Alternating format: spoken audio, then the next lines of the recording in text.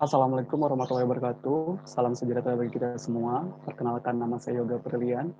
Di sini saya sebagai presenter sebelumnya ingin berterima kasih kepada seluruh panitia PIT IAGI dan moderator yang telah memberikan kesempatan kepada saya untuk mempresentasikan hasil dari penelitian saya yang berjudul Determination of Quality and Maturity of Coal Based on Proximate Analysis and Rekvetan Vitrinit at Well MJ1 Mangunjaya, South Sumatera.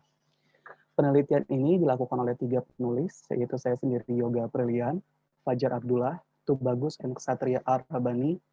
Kami bertiga merupakan mahasiswa Teknik Geologi, Fakultas Teknik Geologi Universitas Padjadjaran.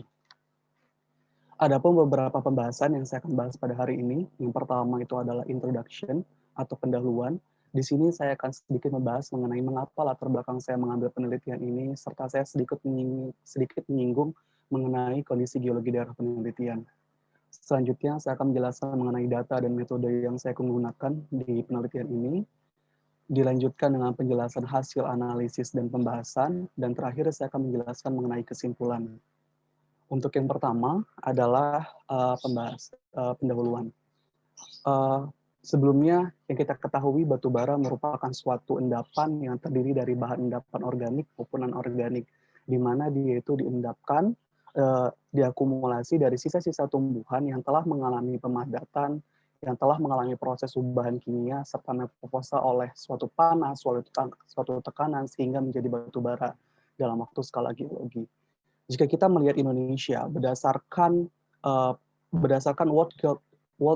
World Coal Institute tahun 2013, di sini dinyatakan bahwa Indonesia itu merupakan salah satu negara dengan potensi bahan galian terbesar di dunia, salah satu negara yang mempunyai potensi bahan galian terbesar, dan itu terbukti pada tahun 2012, di mana Indonesia sebagai salah satu produsen batu bara terbesar di dunia, dan juga Indonesia merupakan salah satu negara yang penghasil eksplosif terbesar di dunia. Jika dilihat presentasi penggunaan pemanfaatan batu bara di bidang menghasilkan listrik itu sangatlah tinggi. Hal ini dibuktikan oleh Peraturan Presiden Nomor 5 Tahun 2006, di mana dia mencanangkan peraturan tersebut pada tahun 2025 Indonesia penggunaan energi batu bara itu tinggi, di mana menggunakan energi tinggi sampai dengan 33%. Hal ini lebih tinggi daripada dengan energi lainnya, itu mencapai di mana minyak bumi 30% dan gas alam lainnya itu adalah 20%. Oleh karena itu, pengolahan dan pemanfaatan itu sangatlah berarti bagi batu bara ini, karena untuk pemanfaatan yang lebih maksimal. Berbicara mengenai daerah penelitian kami dilakukan pada daerah Mangunjaya, di mana terletak pada daerah Kecamatan Plakat Tinggi, yang berada di Kabupaten Musi Banyu Asin, Provinsi Sumatera Selatan. Daerah penelitian kami, daerah Mangunjaya itu terkenal dengan batu baranya. Oleh karena itu, kami berpikir sebagai peneliti di sini bahwa pemanfaatannya itu kedepannya perlu dilakukan penentuan kualitas dan kematangan dari batu bara pada daerah tersebut, agar pemanfaatan batu baranya itu dilakukan secara maksimal. Sedikit menyinggung mengenai geologi daerah penelitian. Geologi daerah penelitian secara geografis, secara fisiografis termasuk ke dalam cekungan Sumatera Selatan. Menurut Wisnu dan Naziman tahun 1997, cekungan Sumatera Selatan dibatasi dari setiap sudut, yaitu yang pertama, dari sebelah barat daya dibatasi oleh adanya sesar Semangko dan Bukit Barisan. Pada bagian tenggara dibatasi oleh adanya paparan Sunda, pada bagian timur laut itu dibatasi oleh adanya tinggian Lampung, dan bagian barat laut itu dibatasi oleh pegunungan 12 dan pegunungan 30. Berbicara mengenai tatanan geologi, cekungan Sumatera Selatan yang termasuk ke dalam daerah penelitian itu termasuk ke dalam tatanan Island Arc System, di mana Island Arc System itu berada pada zona subduksi. Island Arc System di cekungan Sumatera Selatan itu termasuk ke dalam Back Arc Basin atau cekungan busur belakang. Bicara mengenai stratigrafi regional, cekungan Sumatera Selatan sendiri itu memiliki beragam formasi, di mana yang paling tua itu adalah formasi Kikim dan yang paling muda itu adalah formasi Kasai. Daerah Mangunjaya, yaitu daerah penelitian, itu termasuk ke dalam daerah yang termasuk ke dalam formasi Muara Enim, yang dimana berumur Miosen akhir hingga Pliosen, dengan terkenal dengan kandungan batu baranya. Selanjutnya, setelah kita mengenali pendahuluan, terus selanjutnya ada data dan metode yang saya gunakan dalam penelitian ini.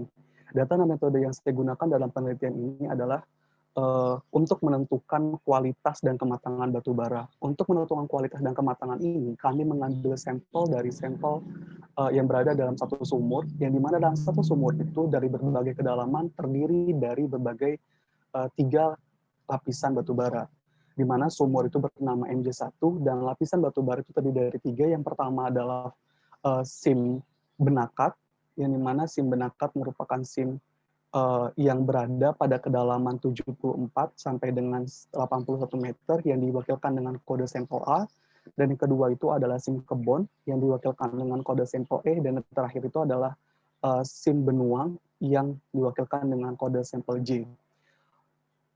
Sampel yang digunakan tersebut dianalisis di laboratorium dengan analisis kimia maupun analisis fisika, sehingga dari situ kita bisa sehingga dihasilkan suatu data yang kita gunakan sebagai parameter untuk menentukan kualitas batu bara. Berbicara mengenai berbicara mengenai sampel. Pada sampel ini kita menggunakan 3 basis utama. Yang pertama itu adalah asterisif, adalah batu bara yang baru sampai dan belum dilakukan pengolahan atau dilakukan pengeringan. Terus yang kedua itu adalah air dry basis atau ADB, yaitu adalah batu bara yang sudah dihilangkan kandungan air di permukaannya. Dan yang ketiga itu adalah dry as free, yaitu adalah batu bara yang sudah dihilangkan kandungan air dan kandungan abu pada batu baranya. Setelah dilakukan di laboratorium, maka kita bisa menentukan kualitas dan kematangan batu bara. Untuk menentukan kualitas dan kematangan batu bara, kita di sini menggunakan analisis kimia dan analisis fisika. Analisis kimia itu dalam meliputi analisis proksimat dan analisis ultimat. Sedangkan kalau misalnya analisis fisika itu meliputi analisis masteral dan analisis reflektan vitrinit. Pada penelitian ini kami fokus pada analisis proksimat dan analisis vitrinit reflektan. Nah, untuk menentukan kualitas batu bara, kita menggunakan metode analisis proksimat, di mana menurut Cahyo tahun 2010 kita menggunakan parameter-parameter seperti kandungan abu, terus kandungan air, zat terbang, dan karbon tertambat untuk menentukan kualitas dari batu bara. Sedangkan bagaimana untuk menentukan kematangan, kami di sini menggunakan ASTM Coal Rank Classification, di mana kami berfokus kepada reflektan vitrinit. Reflektan vitrinit ini sendiri digunakan karena menurut Castono tahun 1974 dia itu dipercaya sebagai untuk menentukan kematangan dari batu bara karena nilainya itu diambil dari rata-rata nilai reflektan terbanyak. Nah, berbicara mengenai reflektan vitrinit, apa sih reflektan vitrinit? Reflektan vitrinit itu merupakan suatu pengukuran di mana diambil dari cahaya yang dipantulkan oleh material vitrinit. Kenapa harus material vitrinit? Karena material vitrinit itu merupakan material yang di mana pantulan cahayanya itu sangat sensitif terhadap perubahan tingkat peringkat batu bara atau tingkat kematangan batu bara. Oleh karena itu kami di sini menggunakan reflektan vitrinit. Selain menggunakan reflektan vitrinit, kami di sini menggunakan klasifikasi dari PGI atau Police Geological Institute. Police Geological Institute itu sendiri, PGI sendiri itu membagi ketiga kelompok batu bara menjadi 3 kelompok. Yang pertama itu adalah steam coal, yang kedua itu adalah coking coal, dan yang ketiga itu adalah antrasi. Nah, pada saat ini kami fokus kepada steam coal sendiri, yang dimana poin utamanya adalah batu bara yang mempunyai total sulfur kurang dari 1%. Selanjutnya, data dan metode yang digunakan dapat dihasilkan dan dihasilkan hasil analisis. Sebelumnya saya sudah cerita bahwa saya sudah menjelaskan bahwa daerah ini diambil batu bara pada satu sumur, yaitu sumur MJ1 yang dimana terdiri dari 3 lapisan. Yang pertama, 3 lapisan batu bara. Yang pertama adalah sim kebon, terus yang kedua adalah sim benakat, yang ketiga itu adalah sim benuang.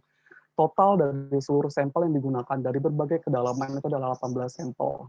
Dari 18 sampel dianalisis di laboratorium dengan analisis kimia dan analisis fisika sehingga didapatkan analisis proksimat yang meliputi moisture and rate. Sebelumnya saya mohon maaf karena kalau misalnya kurang jelas dari gambarnya, tapi di sini kami mendapatkan analisis proksimat yaitu adalah moisture and rate, terus volatile meter, terus ada karbon tertambat, ada kandungan air, total sulfur, dan terakhir ada calorific value. Selain mendapatkan nilai analisis proksimat, kami juga mendapatkan analisis reflektan vitrinit dari setiap lapisan batu bara. Dari keduanya menghasilkan yang berbeda, di mana saya akan menjelaskan yang pertama pada sim benakat atau lapisan batu bara pertama.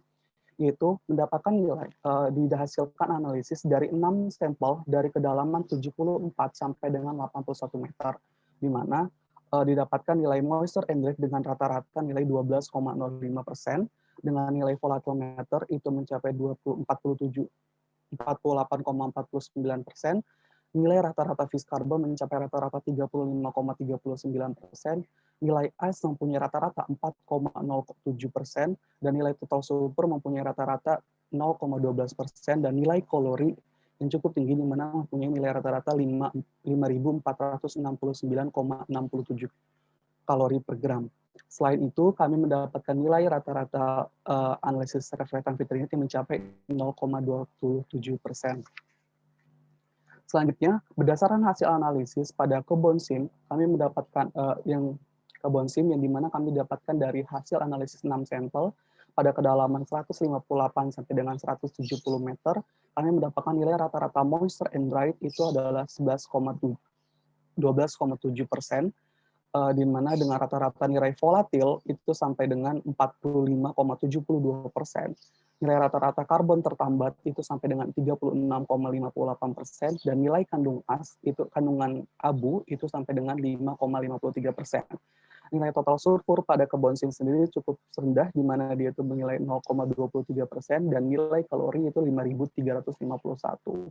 Selain itu, pada lapisan batu bara kebon itu mendapatkan nilai reflektan vitrinit itu mencapai 0,28%. Yang terakhir, pada kedalaman batu bara yang lebih dalam, yaitu pada kedalaman 252 sampai dengan 257,5 meter, batu bara yang dianalisis itu mencapai 6 sampel, itu didapatkan nilai moisture and rate rata-rata itu mencapai 11,59, dengan nilai rata-rata volatilometer itu adalah 45,70%, dengan nilai rata-rata 38,89 untuk karbon tertambat, rata-rata 3,83% untuk kandungan abu, dan total sulfur yang mempunyai nilai rata-rata 0,17%. Untuk nilai calorific value itulah sangat tinggi dibandingkan dengan SIM lainnya atau lapisan batu bara lainnya, mencapai 5.707,67 kalori per gram. Di mana selain itu kita mendapatkan analisis nilai reflektan vitrinit itu mencapai 0,31%. Selanjutnya, berdasarkan hasil analisis yang kita dapatkan tadi, kita bisa menyimpulkan, nilai artis proximat itu bisa kita bandingkan dari setiap SIM. Sehingga kita bisa melihat perbedaannya. Yang pertama, yang saya bahas adalah nilai kalori. Nilai kalori itu terdapat cukup perbedaan yang sangat tinggi. Hal ini dapat dipengaruhi yang pertama oleh adanya nilai kandungan as dan kandungan abu dan kandungan air yang terdapat pada SIM benakat dan SIM kebon itu lebih tinggi daripada yang terdapat pada SIM benuang.